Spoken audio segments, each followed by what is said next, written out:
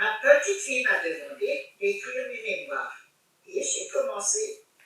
Il faudrait que j'achève. J'ai raconté un peu tout. Et c'est une histoire réaliste parce que je suis comme ça. Notre terrain devient grand pour nous. On se rend compte finalement qu'on a des difficultés avec l'âge. On doit renoncer à des choses. Regarder la télévision toute la journée, ce n'est pas une vie. Je fais des réussites pour occuper mon esprit. Je me suis inscrite dans un club de village, mais eux, ils jouent au whist et moi, je joue au couillon. Il y a bien un autre club, mais le problème, c'est que eux, ils jouent de 13 à 17 heures et moi, je ne sais jouer qu'une heure ou deux. Et après, il faut que je rentre. On m'a fait comprendre que je dérange la tablée. Parfois, je me parle à moi toute seule. Je pense quelque chose et je le dis tout haut. Parfois, je parle même aux plantes, mais ça vient automatiquement quand on est tout seul. Parfois, ma petite fille me dit « Mamie, t'as dit quelque chose ?» C'est sans doute que j'ai pensé tout haut. Alors, il faut que je rie et je dis « Non, non, il n'y a rien du tout. » Je suis habituée de tout faire toute seule, alors c'est dur de ne plus voir. Surtout le jardin. Alors, j'ai mis une grande pelouse à la place des parterres.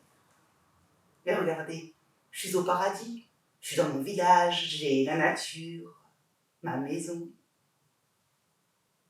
D'habitude, je faisais 2h15 de marche dans les bois tous les jours. Et puis un jour, je suis tombée, sur le dos, comme ces tortues. Et je n'arrivais plus à me remettre à quatre pattes. Moi, tout ce que je veux, c'est le calme et la tranquillité, de ne pas avoir de problème. La nature, vous savez, c'est différent tous les jours. Je vis dans ma bulle. Elles n'ont pas simplement besoin d'aide au niveau du jardin, de la maison ou du grenier, mais parfois simplement le fait d'être là et de leur parler, ça leur fait du bien. Elles ont parfois plus besoin d'une présence que d'une aide. Les personnes âgées sont souvent très accueillantes, aux petits soins, même si, naturellement, d'autres sont plus exigeantes. On se rend compte finalement qu'on a des difficultés avec l'âge. On a toujours été fort actifs et maintenant on ne sait plus. Dès qu'il y a un problème, ça ne va pas, on ne suit plus. Mais moi j'ai toujours été fort active, j'ai toujours voulu aller au-delà de mes forces. Faire appel à quelqu'un d'autre pour m'aider, c'est un vrai cauchemar parce que je suis fort maniaque et le ménage n'est pas fait comme je voudrais. Je ne repasse plus les slips de mon mari, je les replie bien et c'est bon. Elles rencontrent des problèmes au niveau physique. Elles n'ont plus autant de force qu'auparavant, ni de souplesse, ni de facilité à déplacer les choses. Mais parfois, elles préfèrent quand même s'en charger toutes seules pour ne pas devoir demander de l'aide auprès des autres. Parfois, elles ont peur d'être encombrantes et donc préfèrent se faire du mal pour rester fières de pouvoir faire les choses seules. Ben oui, Maintenant, la femme de ménage ne sait pas tout faire. Elle ne fait qu'à terre et les poussières. Je dois faire une partie moi-même, comme les meubles blancs dans la cuisine. Parce qu'on éclabousse toujours. On a pris un magasin. On était fort actifs. J'ai fait les étalages moi-même. Et on était fort connus. Et que voulez-vous? Le temps passe, ça va très vite. On a fait installer une caméra maintenant pour voir qui vient à la maison avec l'âge. Bonjour, comment ça va? Et je ne sais pas qui c'est. Maintenant, quand je vais me coucher, je fais les tours des verrous. Ici, à ma fenêtre, c'est un vrai rituel. Quand je mets quelque chose à cuire, je dois rester fort attentive, parce que parfois j'oublie le gaz. Alors je vais toujours faire 36 choses à la fois, alors je descends la cave, je commence à lessiver, et quand je remonte, ça sent le brûlé, j'ai oublié mes pommes de terre, voilà. Quand on est jeune, on ne sait pas qu'on devient vieux. On n'imagine pas qu'on devient comme ça. Alors on essaye de pas trop se plaindre. Voilà.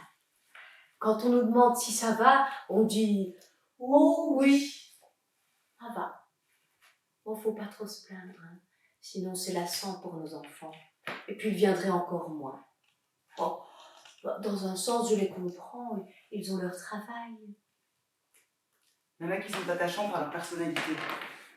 On essaie de comprendre comment ils ressentent les choses. Il y en a qui sont artistes. Il y en a un qui est arrivé récemment, il a connu l'époque hippie, les voyages à Katmandou, la drogue. Ma petite fille, je la vois pas tellement. Elle travaille, elle a 3 garçons, il faut faire son ménage. Alors voilà, on la voit pas. Ça nous manque souvent.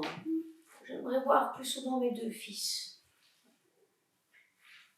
Les filles retournent chez leurs parents, pas les garçons.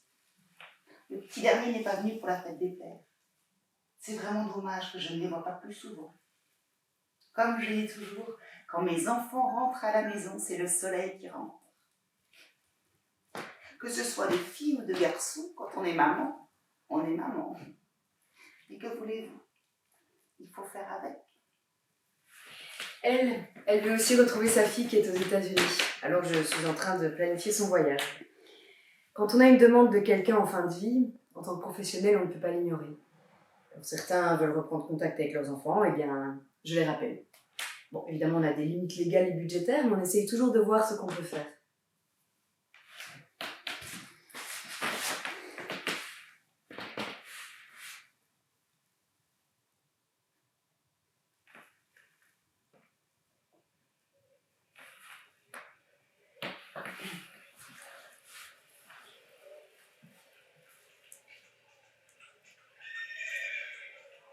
Je suis allée à Bruges avec mon frère qui a 83 ans et mes 3 petits-enfants.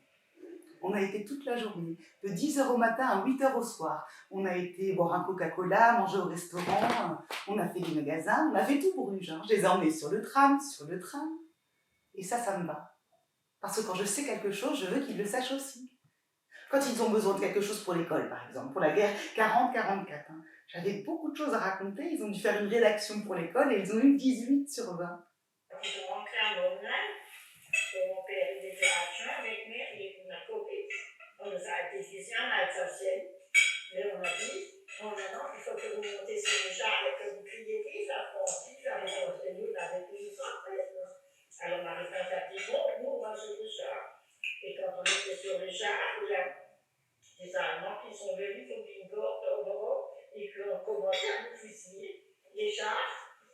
Et alors, le père de la réponse, c'était le maire. Ils ont dit, mettez-moi en dessous. Bon, après, ils ont pu les attraper, mais ils auraient pu les tuer aussi.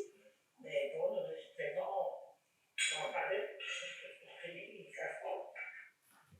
Deuxièmement, elle a perdu son fils unique pendant la guerre. Et elle avait installé un bus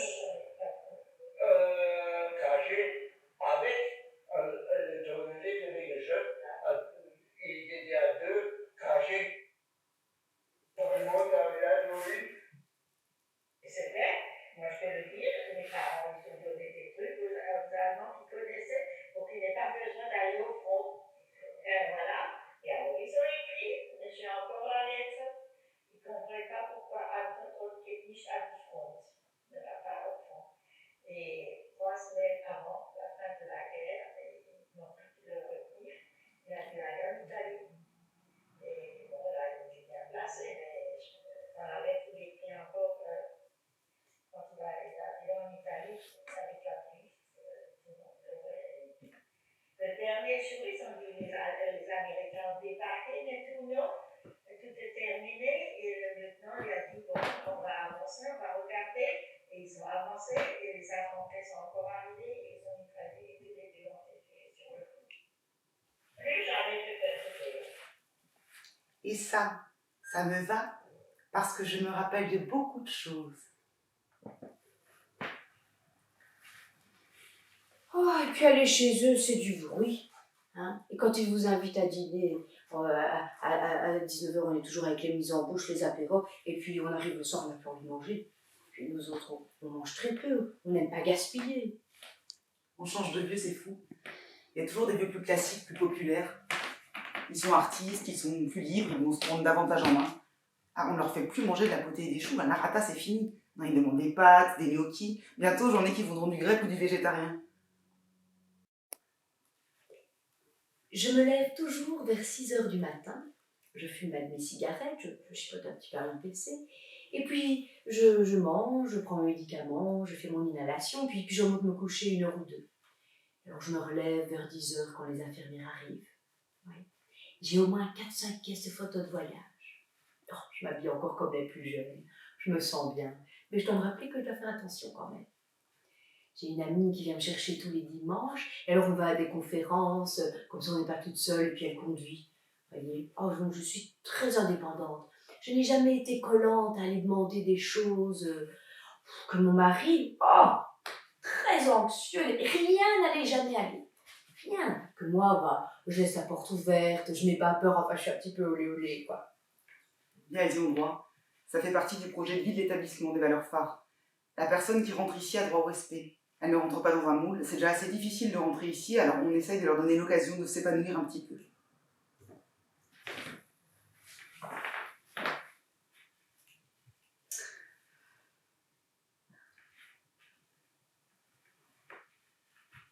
Recette du boudin blanc.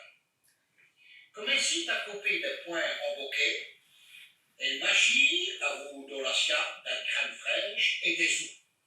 Vous mâchez tout comme il faut dans un grand match. Attends, vous hachez des poitrines de boursia à vous des oignons et du persil frais. Vous hachez tout un coup à la machine, puis vous mélangez à vous le point, l'assiette, etc. Vous mélangez bien tout et vous repassez au deuxième coup tout dans la machine. Vous avez une pâte bien fine qui vous met tout dans une boueuse pour emboyauter les boudins. Vous pichez des boyaux de 37-40 de diamètre et vous ficelez à vous dans le ficelle des 2 bouquets de boudin blanc. À cette heure, il faut cuire les boudins.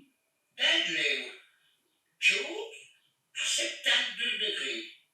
Vous le cuisez 30 minutes.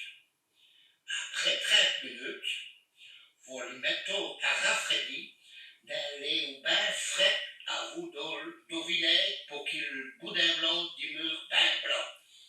Voilà, c'est la recette des boucheries d'Inamen. D'Inamen dit ce qu'il faut le mettre comme épice, parce qu'ils savent, c'est un secret professionnel. On était bouchers de village et on a dû fermer à de la grande surface. J'ai eu de la chance que quelqu'un m'oblige à rentrer dans une grande surface, parce que sinon à 55 ans, on vous dit... C'est pas un hospice ici, vous allez travailler avec des jeunes de 20 ans. J'avais le même rendement qu'eux, hein. J'aimais mon travail, même si après 10 heures de travail, c'est dur. Ah, on a travaillé dur. De 6 heures au matin, 8 heures au soir, mais on était heureux de travailler. Au début, il n'y avait pas les vacances. Les vacances sont arrivées dans les années 60. Mais on était heureux de travailler parce qu'on travaillait moins dur que nos parents. On a eu un train de vie super jusque les années 50-70, et puis la grande surface est arrivée et tous les bouchers sont tombés à l'eau. Nach Senchins letzte, ja doller letzte von den Latzen, wie noch so Bobble, wie der Schnabel gewachsen ist. Nur uns ist fertig mit dem Profori und nos Hortanki im ganzen Frankreich. Que parlez-vous nous le français? Ah oui. Mathilde. Qu'est-ce que c'est? C'est une chanson. Hein? C'est une chanson alsacienne. Okay. Une chanson qu'ont appris mes grands-parents et que je voulais chanter maintenant parce que ce boucher nous raconte la fin d'une tradition, la fin d'une époque. Et l'alsacien est une langue qui est en train de disparaître. C'est un patois qui... et cette disparition m'évoque aussi ce changement d'époque et la disparition d'une culture. Ok, merci. Je ne comprends plus rien à ce monde. Quelle stupidité ont les gens de confier leur avenir à des machines. Plus rien n'est possible pour les gosses de nos jours. Ils sont branchés sur ces smartphones dès leur plus jeune âge. Ils ne vivent plus d'aventure, n'ont plus d'imagination. Ils confient tout à des machines. Plus moyen de tenir une conversation avec un jeune. Ils ont ces tablettes et ils sont dessus tout le temps. Et c'est le pouvoir qui en profite. Parce que tout le monde réagit de la même façon. On vous dit quand et comment se souvenir des attentats avec quelle bougie à quel moment. L'humain est gommé. On n'avait pas besoin de ça dans le temps. Moi, quand j'étais petite, j'avais juste la radio. Et j'ai été en maison d'accueil et puis en orphelinat, vous savez. Mais c'était pas plus mal. Mes plus belles années, c'était l'orphelinat. On était une centaine de gosses, abandonnés par nos parents ou placés par le juge, et on était heureux dans la belle région d'Ivoire. On allait faire des grandes balades dans les bois. C'était tenu par des religieuses vraiment très gentilles. Oh, j'en garde un très bon souvenir. Ouais.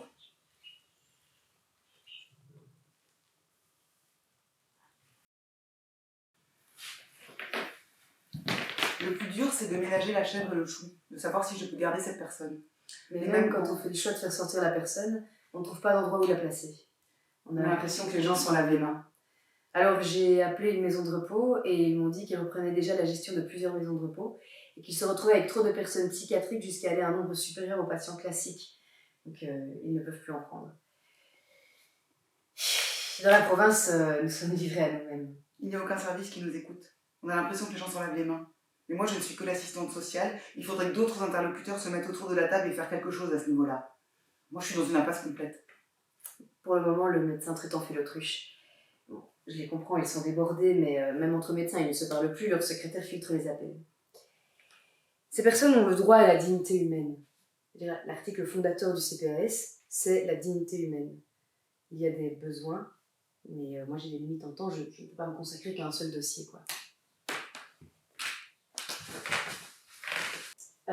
Excuse-moi, il pose juste... voilà, en fait, moi c'est pile poil ça qui me pose problème. Enfin, c'est une des choses qui me pose problème.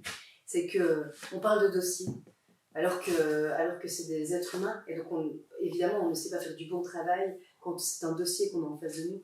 C'est ça qui est dingue, quoi, c'est qu'on ne prend pas le temps de travailler, d'être en contact avec la personne humaine directement. Et ça me met en colère, en fait. Ça m'énerve.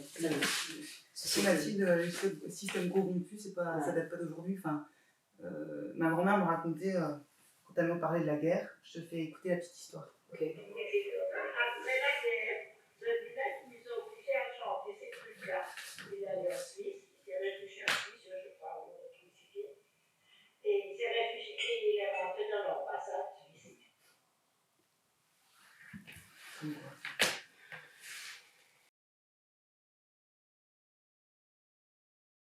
J'ai tant vu les choses évoluer mal depuis 30 ans, vous savez.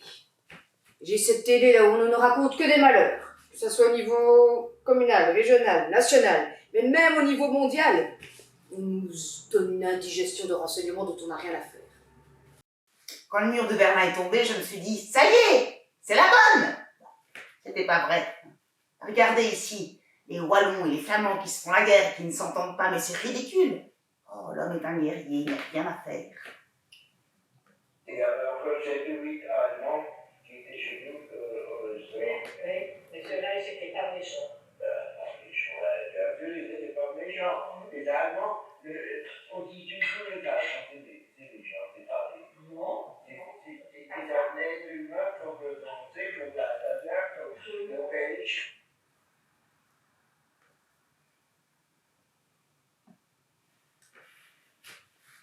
Je vis seule ici et c'est mon choix. Voilà. Je veux être libre. Si on me met en institution, je trouverai le moyen de me flinguer. J'ai été contraint par la loi et la répression toute ma vie, je veux finir librement.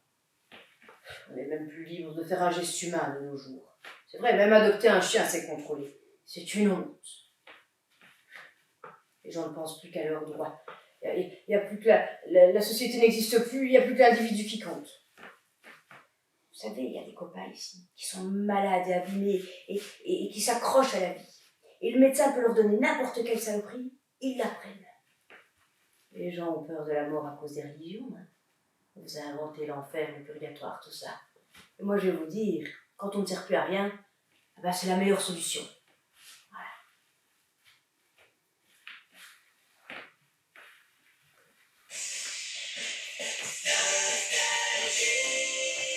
Du lundi au mercredi dès 18h à 20h, les présidents les plus drôles de l'Internet se prêtent aux questions de la presse dans l'Afterwork, l'immanquable de la FM.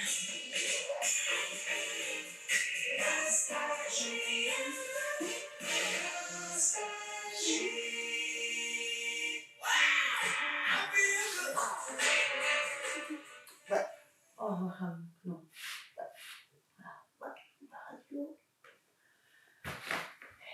63 ans qu'on est mariés. On a toujours été nous deux. Voilà. On a bien profité. Oui, toujours nous deux. Franchement.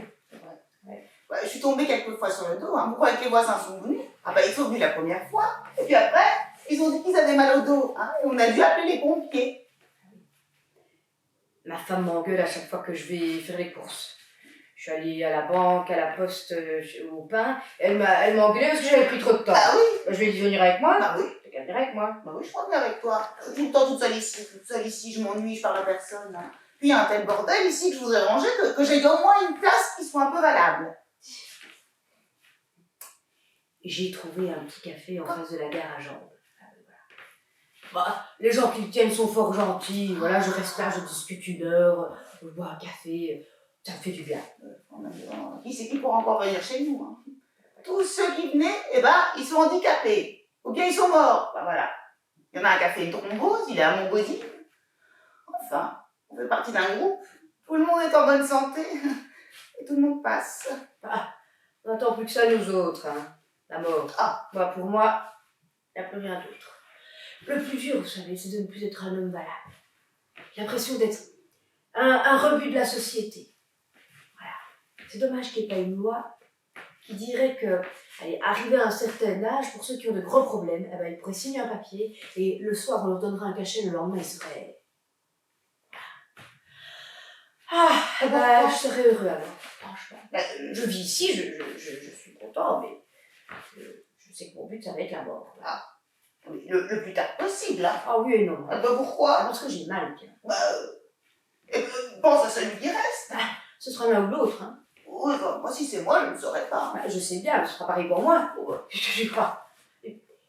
Les années où j'ai fait mon métier, j'ai été heureux tous les jours. Le plus dur, c'est de ne plus pouvoir faire les choses.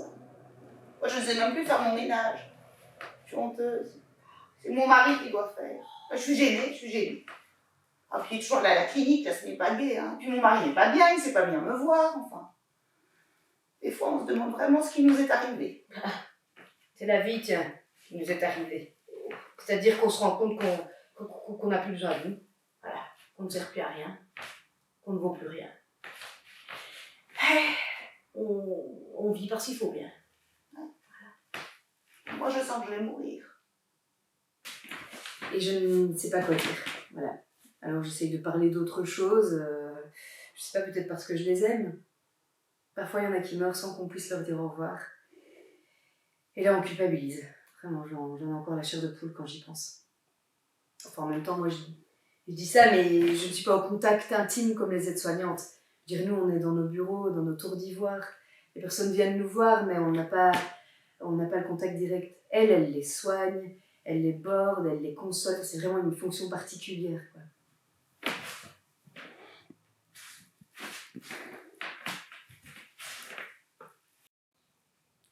Ma vie, c'est 80% d'ennui, 10% de plaisir et 10% de bonheur.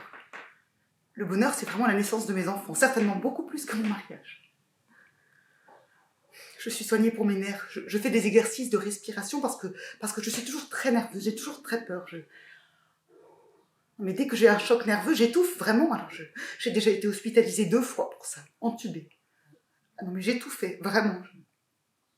J'ai signé un papier comme quoi je voulais qu'on m'endorme ou alors plutôt mourir que d'être entubée. Parce que quand on vous entube, on vous lit et vous ne pouvez plus respirer, ni parler, ni rien. J'ai demandé un crayon pour pouvoir marquer et celui des urgences m'a dit que... Non, on ne comprend pas ce que vous écrivez. C'est un vrai supplice. Alors j'ai tapé sur le bord du lit parce qu'il n'y avait pas de sonnette. Calmez-vous, vous faites trop de bruit. Qui m'a dit... Vous n'êtes pas seul ici. Et je ne peux pas me calmer, je suis si nerveuse et... Oh, c'est un vrai supplice, J'ai tout fait vraiment, alors j'ai demandé dès la première fois si je pouvais mourir, alors on m'a dit que c'était possible, que je pouvais le faire, mais qu'il fallait bien réfléchir. Puis j'ai 4 vertèbres auxquelles on ne peut pas toucher. J'ai la sciatique, je me suis déjà fait opérer pour ça, mais j'ai toujours mal. J'ai toujours mal. Bon, maintenant, je fais plus attention à ma personne, j'essaye de faire plus attention à moi. Et puis alors, avec ces médicaments que je prends à cause de mes 2 cancers, c'est une vraie drogue, alors j'entends plus les orages. En 5 minutes, je suis partie, et puis à 4 heures, je me réveille, je dois me lever, et j'allume toutes les lumières de la maison. Puis j'ai toujours mal à ma jambe gauche. Le docteur ne le sait pas. Et moi, je vis dans l'angoisse de savoir si ce n'est pas autre chose, hein, parce que je suis déjà passée par là, parce que j'ai déjà eu 2 cancers. Enfin, je pense toujours au cancer des os. Alors ma fille me dit... Mais ça hors de ta tête. C'est difficile quand on est déjà passé par là. Bon, j'ai fait des choses, comme faire tirer toutes mes dents. Ah, c'était pas nécessaire, hein, mais avec le cancer, elles ont commencé à tomber. Je me suis dit, bah allez, tire-les toutes. C'est là que l'angoisse de la mort est arrivée. Pour moi, c'est le cœur.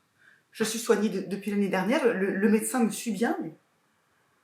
Voilà. Et puis alors, j'ai eu de l'eau dans les poumons. On m'a fait un pontage. J'ai une valve qui était bouchée. Mais sinon, à part ça, tout va bien. Ça va.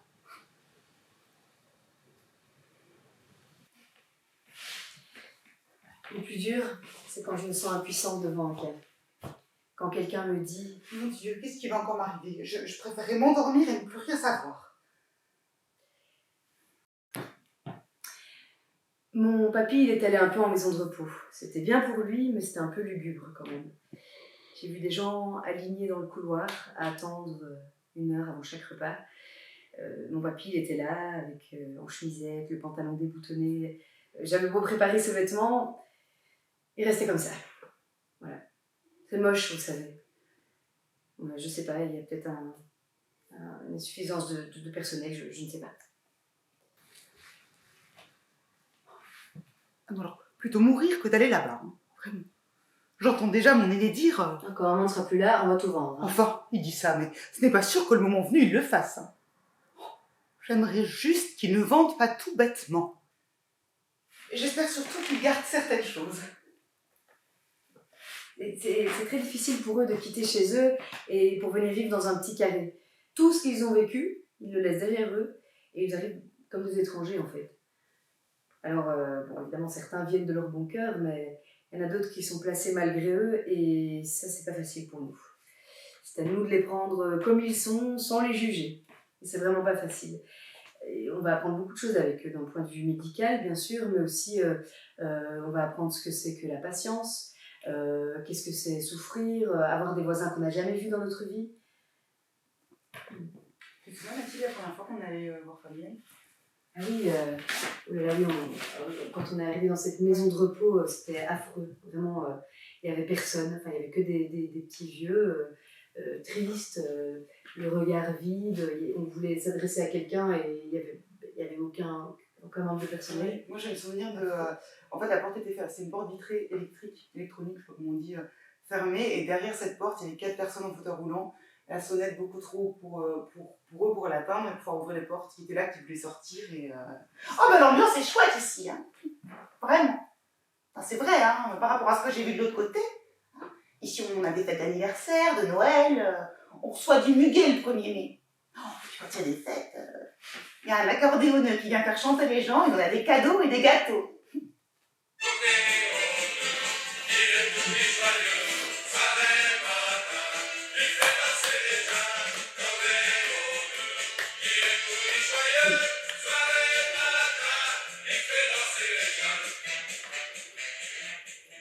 Oh, ce sont de petites attentions, mais c'est quand même quelque chose. Hein. On a le personnel qui prend soin de nous, il y a des autres résidents qui viennent nous rendre visite. Hein. Ce sont de petites choses. Et par rapport à ce que je l'ai vu en face, ben c'est quand même déjà bien.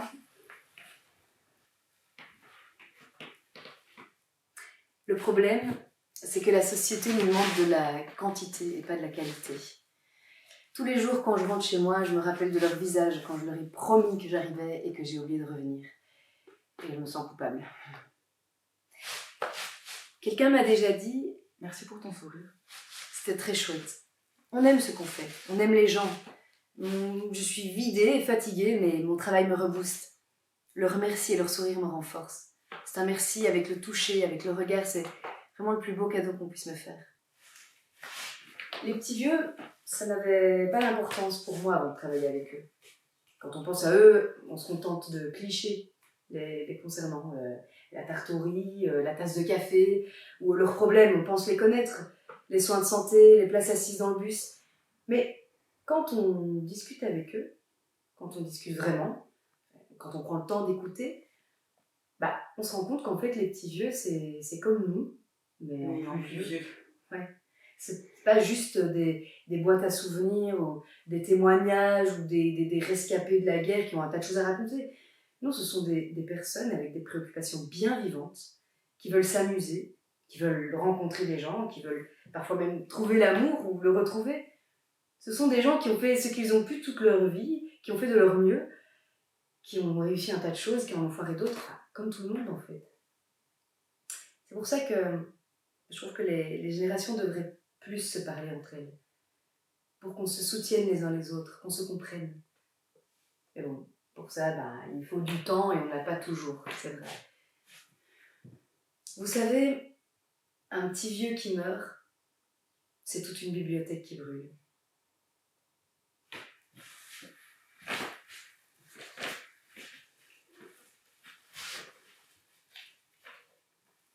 Je ne suis pas vieille, dit-elle. Je suis rare. Je suis l'ovation debout à la fin de la pièce. Je suis la rétrospective de ma vie en tant qu'œuvre d'art. Je suis les heures reliées comme des points, dans l'ordre juste. Je suis la plénitude d'exister. Tu crois que j'attends de mourir, mais j'attends d'être trouvée. Je suis un trésor. Je suis une carte, et ces rides sont les empreintes de mon voyage.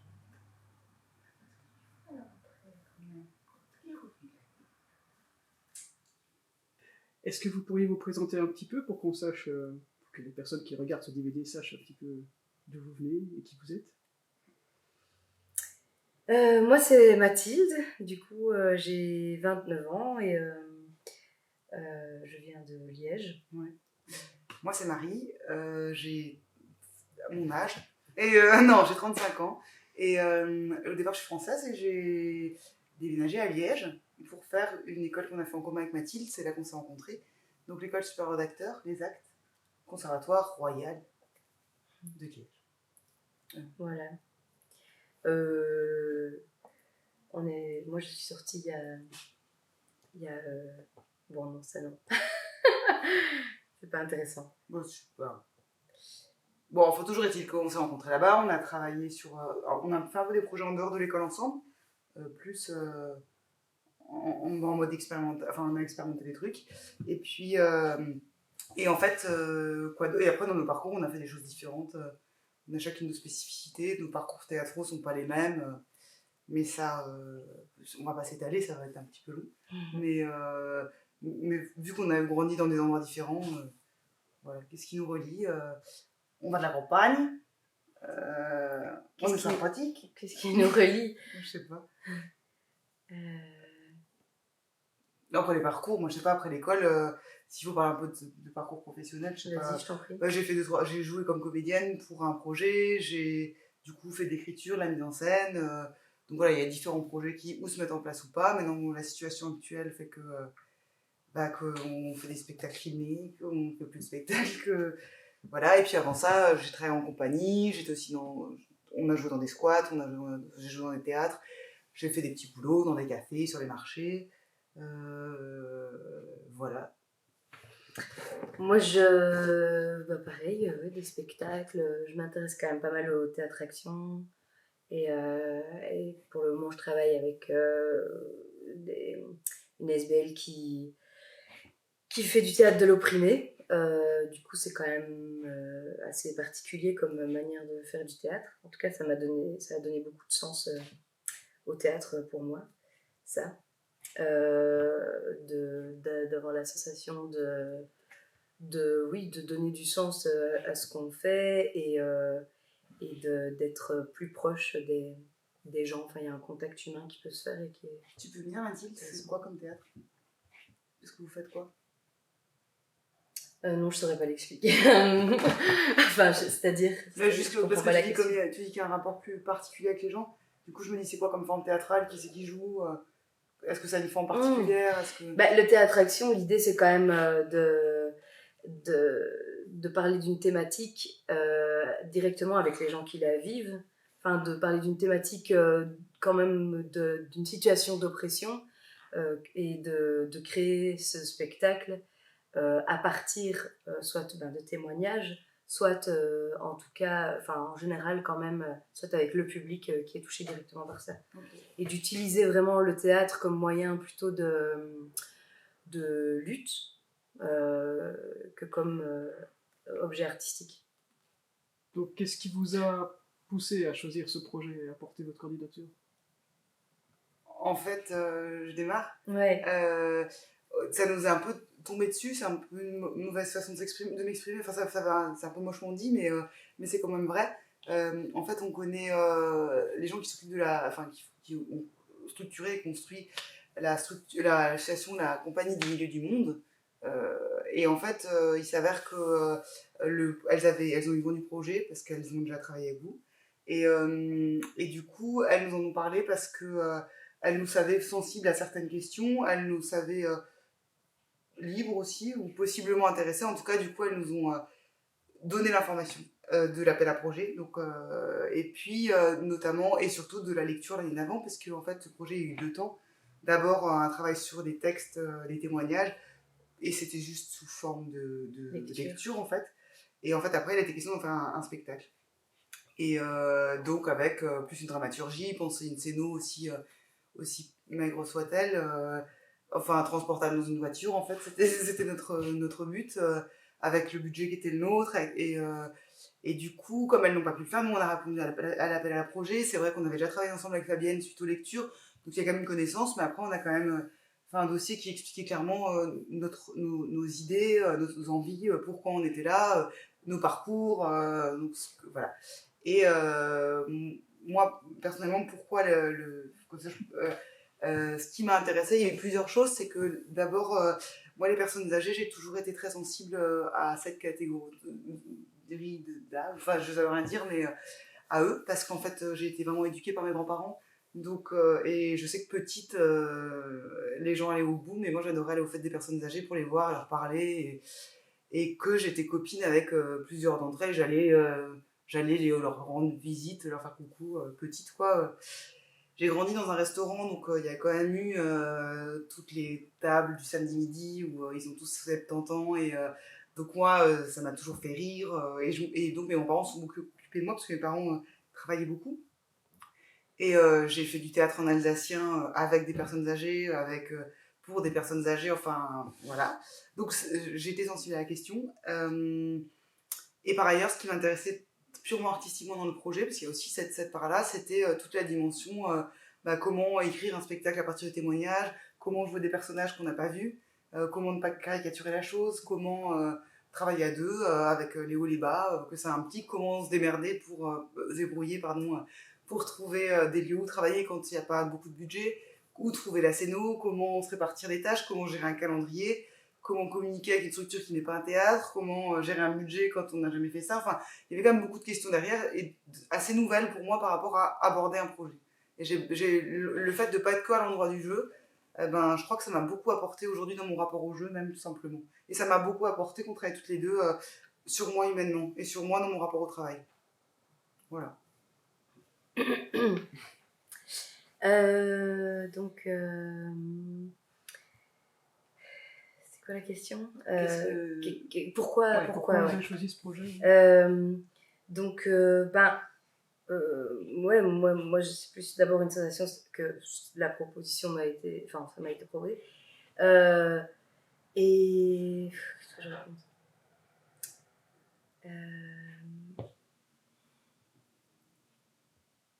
Oui, voilà.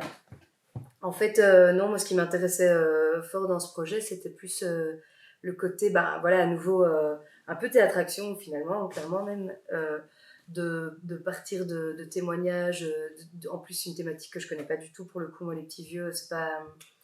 les personnes âgées, c'est pas vraiment... J'y pensais pas vraiment avant d'avoir fait ce projet, en fait, et du coup, voilà, c'est ça qui m'a donné vraiment l'envie de me dire aussi, pourquoi pas une nouvelle thématique que je vais apprendre à découvrir, quoi, que je vais découvrir. Encore autre chose, encore une autre injustice, encore autre chose, quoi. Ensuite, vous avez donné 3 représentations dans 3 endroits différents, avec 3 publics différents.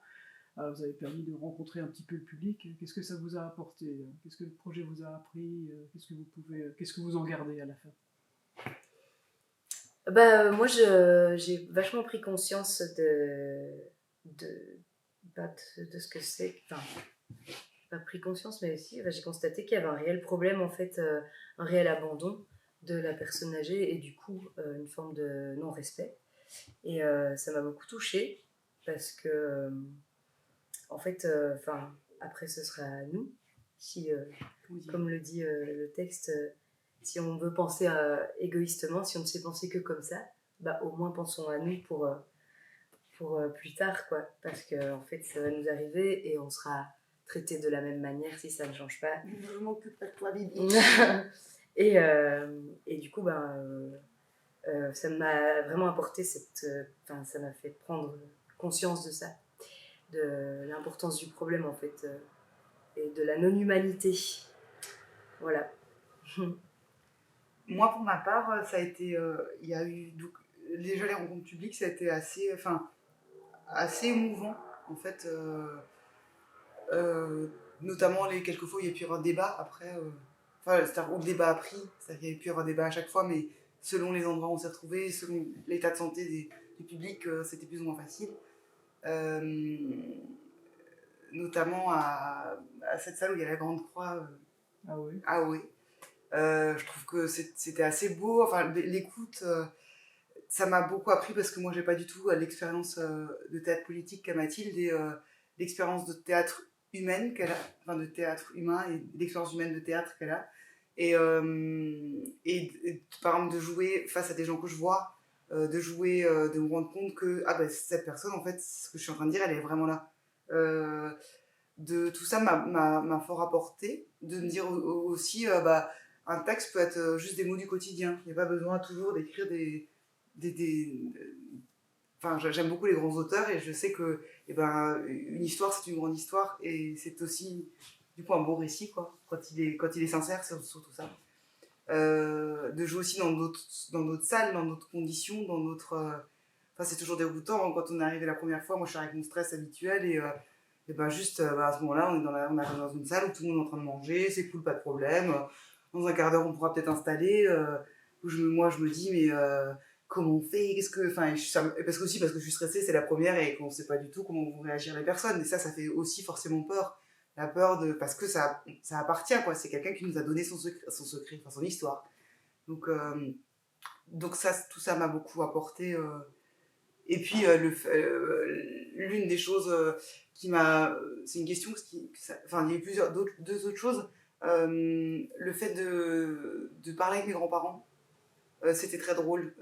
D'un coup, ça... Je sais pas, encore une fois, c'est un autre rapport au théâtre, et d'un coup, me dire, mais tiens, ils peuvent venir avec moi sur une scène, et ça n'est pas anecdotique, ou ça n'est pas nunuche, ou c'est pas je sais pas quoi, ou c'est... Parce que c'est tes grands-parents qui sont dans... Ouais. Oui, pardon, c'est mes grands-parents. Non. Et c'est marrant parce qu'on aurait enregistré d'autres gens, je ne me serais pas posé la question de savoir si c'est nunuche ou pas. Et là, quand j'ai ramené à Mathilde les enregistrements, en disant, en fait, chez mes grands-parents, on n'a pas du projet, c'est sorti tout seul, et j'enregistrais un peu complètement en douce. Et du coup, je me disais, mais ça fait vraiment carnet intime, quoi. Enfin, je me trouvais ça un peu nul et je me suis dit, je suis pas sûre. Et en fait, en travaillant dessus, je me suis dit, mais non, ça apporte quelque chose, une parole en plus, et ça, nous aussi, ça relie avec qui on est. Et il y a ça. Et l'autre chose, c'est que par rapport à ce qui est dit sur l'accueil. Donc en France, je n'ai pas côtoyé beaucoup les structures d'accueil des personnes âgées, parce que le projet s'est fait ici, mais en tout cas, par exemple, ce que j'ai vu à Gèves, donc à Gèves, c'est une espèce de salle où il y a le mercredi, où c'est comme une crèche pour les vieux, moi j'appelle ça, mais où du coup il y a des activités toute la journée pour eux, et j'ai trouvé ça hyper bien et hyper stimulant. Une journée où c'est ça, comme des enfants qui faut bien s'occuper, quoi. Ils mangent des petits pains, ils sont contents de se voir, et je trouvais ça assez ludique, pas infantilisant. J'avais pas l'impression qu'ils étaient pris en charge par des nunuches qui voulaient à tout prix leur faire manger des compotes. Enfin je sais pas, il y avait un truc hyper vivant et où chacun d'entre eux était très différent.